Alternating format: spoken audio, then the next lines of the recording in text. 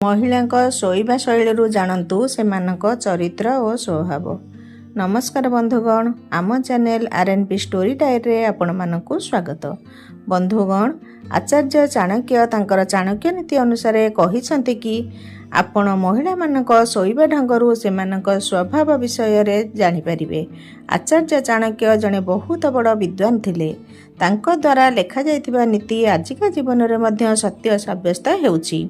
तेबे आज आसंतु जानिबा एही नीति रे आचार्य चाणक्य महिला मानक शोइबा ढंग को नहीं सेमानक विषय रे कोन सबु कहिसंती। वीडियो आरंभ करने पूर्व मु आपण मानकु अनुरोध करुच्ची कि जदि आपण आम चैनल को ए पर्यंत सब्सक्राइब करि नाहंती तेबे आम चैनल को सब्सक्राइब करी पाखरे आसुथिबा घंटी चिन्ह को दबाई दियंतु, जहा द्वारा आमर सभी वीडियोर नोटिफिकेशन आपणक पाखरे पहुंची परिबो। वीडियो शेष हेबा पर्यंत देखंतु एवं भल लागिले गोटे लाइक करबा सहित सांगसाथी मानकु शेयर करि दियंतु। बंधुगण, महिला मानक विषय रे गोटिए कथा कुहा जायछि जे सेमानंकु बनेइथिबा भगवान मध्य सेमानंकर हृदयर कथा जानि पारंती नाही। बंधुगण, महिला मानक मनरे रहस्य थाए कि न थाए एही कथा केही जानि पारंती नाही। एमानक मनरे कोन चाली थाए किंबा एमाने कोन भाबंती एहार जवाब स्वयं भगवान मध्य बुझी पारंती नाही। तथापि आज आमे आपण मानकु कहिबु जे महिला मानक शोइबा ढंगरू तांक चरित्र किपरि जानिबा। बंधुगण, आचार्य चाणक्य तांकर चाणक्य नीति रे कहिसंती जे पेट तळकु करी ओलोटा शोउथिबा झियो माने अधिक भाग्यवान होइथांती।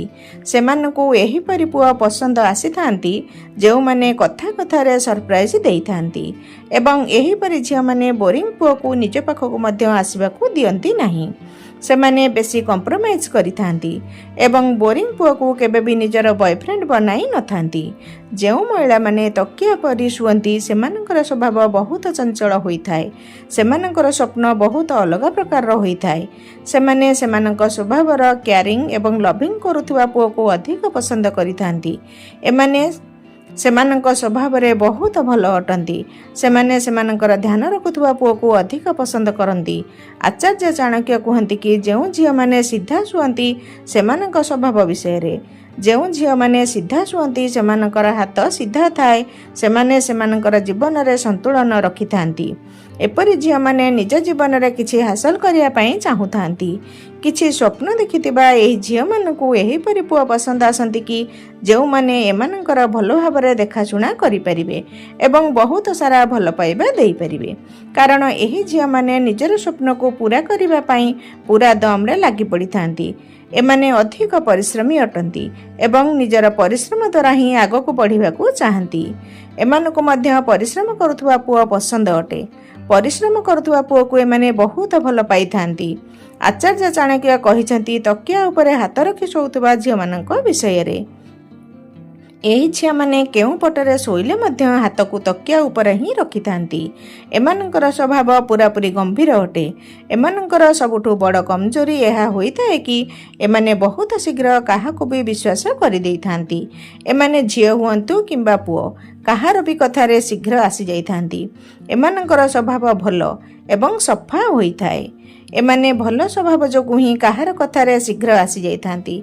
आचार्य चाणक्य कहिसंती जे जेउ माने बंका होई सोइथांती सेमानक विषय रे बहुत महिला माने बंका होई सोइथांती। एपरि महिला स्वभाव रे बहुत विचक्षण होइथांती किंतु ता सहित एमाने आलस्य मध्ये होइथांती। एमानक द्वारा करा जाइथिबा दोस्ती लंबा समय पर्यंत चली थाए। एमानकर स्वभाव रे एमाने बहुत हसकुर होइथिबा पुओ को पसंद करिथांती। एमाने अधिक हसकुर होइथांती तेणु एमाने हसकुरा पुओ को अधिक पसंद करिथांती। आचार्य चाणक्य कहिसंती छाती उपरे हाथ रखि शोउथुवा महिला मानक विषय रे। बंधुगण, बहुत कम महिला एही पोजिशन रे शुअंती। एही परि महिला निजर परिवार पई निजर मन को पूरा समर्पित करि देइथांती। एमाने बुझिबा एवं नीरवता स्वभावर होइथांती। एमानक पई परिवार ही सब किछि होइथाय। एमाने परिवारर खास होइथांती। पुआ मानक विषय रे जदि कथा हेबा ताहले माने हृदयरु बहुत हैंडसम देखा जाउतबा पुआ को पसंद करिथांती। बंधुगण, जदि एही वीडियोटी भल लागिला तेबे गोटे लाइक करबा सहित एहा को शेयर करि दियंतु। एमिति नुआ नुआ वीडियो देखिबा पई आम चैनल को सब्सक्राइब करी पाखरे आसुथिबा घंटी चिन्ह को दबाई दियंतु। धन्यवाद। जय जगन्नाथ।